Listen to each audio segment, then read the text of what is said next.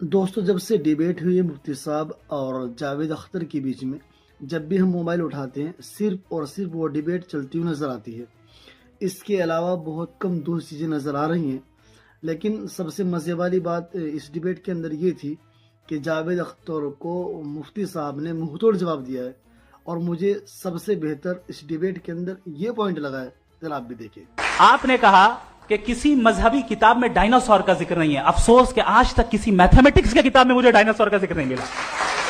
تو اس کا مطلب میتھمیٹکس کی کتاب بیکار ہے؟ نہیں، اس کا وہ ٹاپک نہیں ہے۔ ریویلیشن کا اور مذہبی کتابوں کا ٹاپک یہ نہیں ہے کہ آپ کو آ کے بتائے سائیکل کیسے بناتے ہیں، یا آ کر یہ بتائیں کہ جو ہے ڈائناسور کب تھا۔ وہ تو موریلٹی سکھانے آیا ہے، گاڈ کے بارے میں بتانے آیا، نان فزیکل ریالٹی کی حقیقت کو سکھانے کے لیے آیا۔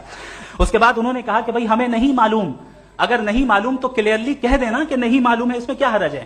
تو وہی تو میں کہہ رہا ہوں نا کہ آپ کہہ دیں کہ نہیں معلوم، لیکن کلیم کیوں کر رہے ہیں کہ گاڈ ایگزسٹ نہیں کر رہا ہے؟ آپ کہہ دیں نہیں معلوم ہے، ہو سکتا ہے ہو سکتا نہ ہو، لیکن آپ کلیم کر رہے ہیں۔ The moment you say God does not exist, this is a claim and now the burden of proof is upon you too، جیسے ہمارے اوپر ہے۔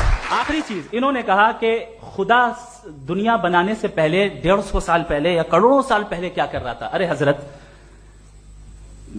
چلیں، بہرحال میں جواب دے دیتا ہوں، آپ ہمارے ریسپیکٹڈ پرسنالٹی ہیں، اگر آپ نہیں ہوتے تو میں ایسے انٹرٹین ہی نہیں کرتا۔ ٹائم یہ 100 سال پہلے یا 100 سال بعد، پہلے بعد میں ابھی، یہ وہ الفاظ ہیں جن کا تعلق ٹائم سے ہے۔ ٹائم شروع ہی ہوا ہے یونیورس کی بگننگ کے بعد، تو اس کے پہلے خدا کیا کر رہا تھا؟ سوال ہی لاجیکل ہے، یہ فلسفی ہے۔ یعنی آپ یہ کہہ رہے ہیں کہ یونیورس کے بننے سے پہلے خدا کیا کر رہا تھا؟ ٹائم کے بننے سے پہلے کا تعلق ٹائم سے، ٹائم اس وقت تھا ہی نہیں، تو یہ سوال ہی انویلڈ ہے خدا کے تعلق سے۔